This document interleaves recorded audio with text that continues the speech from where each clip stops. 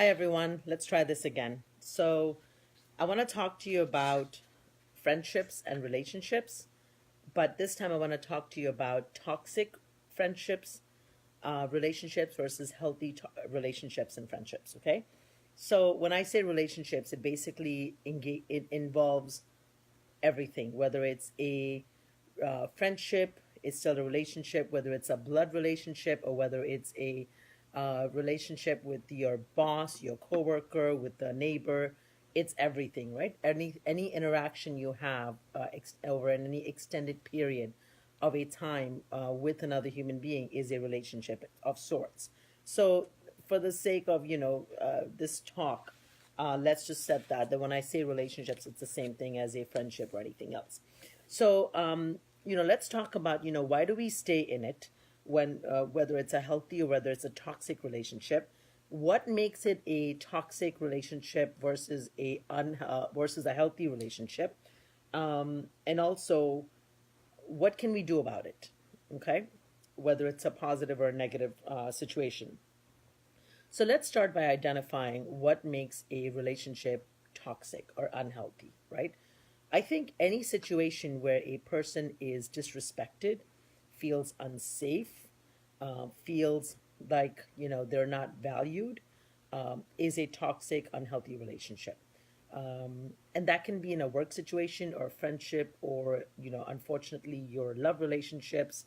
And I think so that's how does a relationship make you feel, right?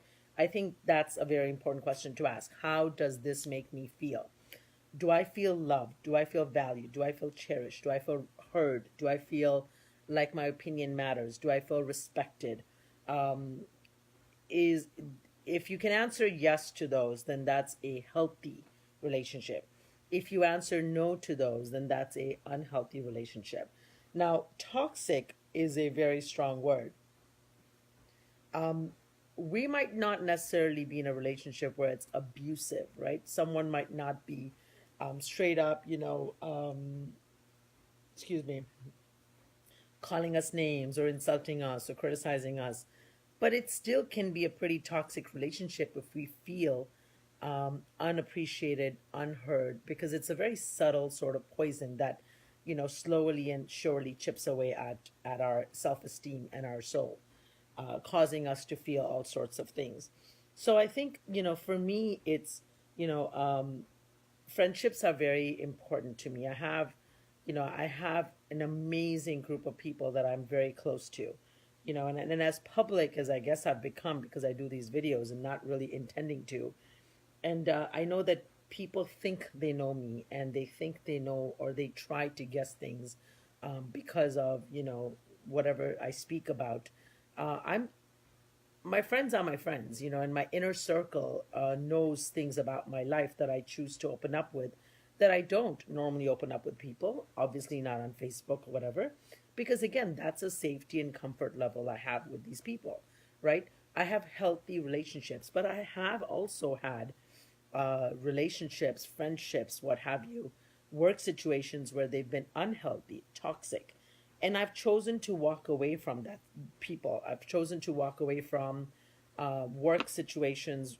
I've left job opportunities because it was a toxic work environment. I've walked away from friendships because I didn't like how that how that was working out for me and for the person, but more for me. And I certainly have walked away from relationships because I felt that I was suffocating. So that is a way of knowing, right? Now, why is this important? Because I think we can't change anything unless we acknowledge that there is something going on, right? We can't celebrate something if we don't even realize how amazing it is. So I think on both ends of the spectrum, whether it's a positive or negative, I think knowledge is important. Acknowledging that is important. Why? Because if you are in a healthy relationship, then I think we need to recognize that and we need to be grateful for that, right?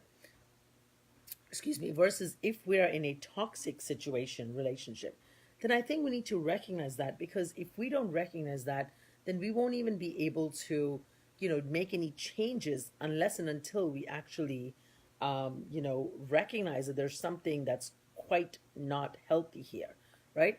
And even if we recognizing that something is off, um, is the first step of many in making change, because change is hard to make. Okay, so what can we do when we are find ourselves in a situation where a relationship is toxic, and unhealthy? um, I think we need to set boundaries, right? How do we set boundaries? I think setting boundaries is basically learning to say no, learning to speak your truth with respect and authority, right? Um, it's okay to say, I feel disrespected when you do this. I don't appreciate being spoken to this way. I don't like the way I feel when I hear you talk about XYZ or whatever the situation, right? But mark my language. I didn't, I took responsibility for my emotions. You might want to go back and listen to the sentences versus me blaming that person or somebody else, right? So instead of saying, you make me feel this way, or, you did this to me, instead of the pointing fingers and instead of the blame game, acknowledging that I feel this way. And yes, it's because of something you're doing, but I feel this way, right? I choose to feel this way. Believe it or not, we actually always have a choice in how we feel. Think about this. If that's all you get from this video, then I think, mission accomplished. Because people think that they're powerless over their own emotions, but the truth is, we allow ourselves to feel whatever is we're feeling. We allow ourselves to get offended or get upset or get pissed off or get irritated. It's just as easily that we could decide, that, oh, he's just a kid. I'm not going to take offense to that. We do that with kids all the time, right? But why is it that at a certain age we decide, no, that's offensive to me, or that was offensive to me? I'll give you an example. It's interesting to me because um, like I said, I feel that, people who think they know me because they see me do these videos, and I'm pretty transparent. If you're in my inner circle and I'm in my daily life and you know me, if I'm close to you, I'm close to you. But if I'm not, I'm not, right? And it's interesting because, when people talk about me, just like people talk about everybody else, it always comes back to me at one point or another. I find out, right? And it just, it used to irritate me and used to make me angry and used to be like, oh my God, how can people talk about me? And, they don't know what I'm about, and da da da.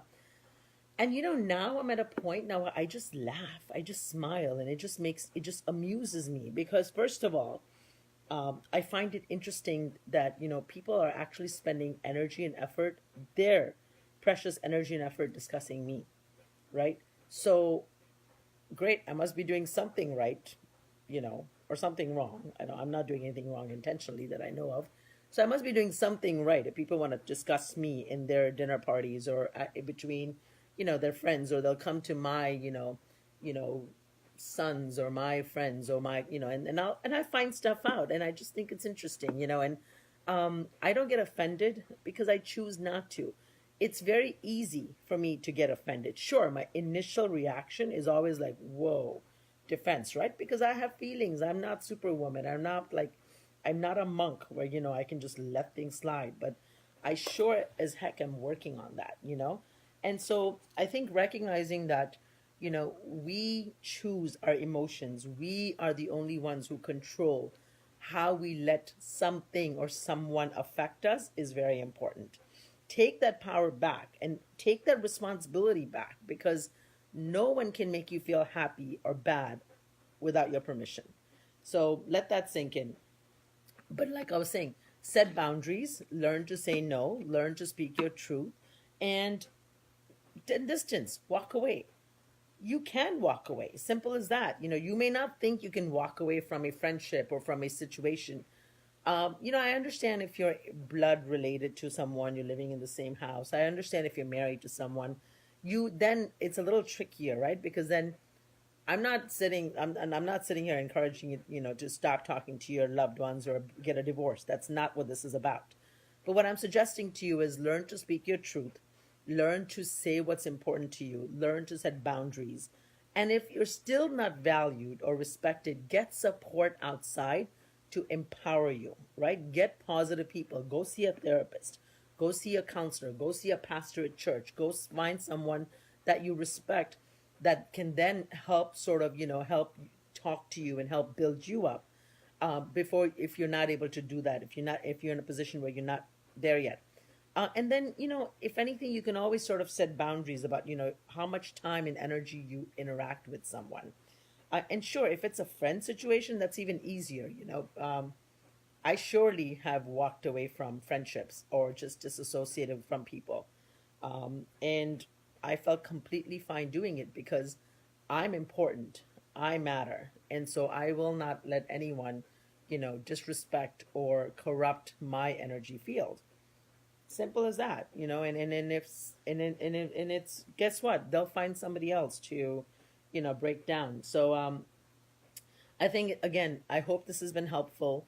Toxic relationships or friendships versus healthy relationships. If you are in a healthy relationship, identify that and be grateful for that and celebrate that, right? Do more of what works. Tell the people that you love, that you appreciate them. I think that's important. Identify what you're doing right. And if you are in a situation where it's toxic, then distance, walk away, cut off, because you know what? Life's too short. And you deserve respect and you deserve the best. And I rather be alone. This has always been my little, philosophy on this, right? Whether it's a friendship or whether it's a relationship, I rather be alone and be happy than be with someone and be miserable, right? I rather be alone and have no friends versus have friends that bring me down and tear me down. And yes, I'm very comfortable, being solo. I'm happy to engage with people, but I also know that I have to make room in my life to invite people in my life. And if I'm cluttered in my life with negativity, then there's no room for positivity to come in. So then clear out the old, clear out the negative, and then sit and breathe and let the positivity come in, right? Simple as that. Anyways, wishing you all love and light. Take care. God bless. Bye.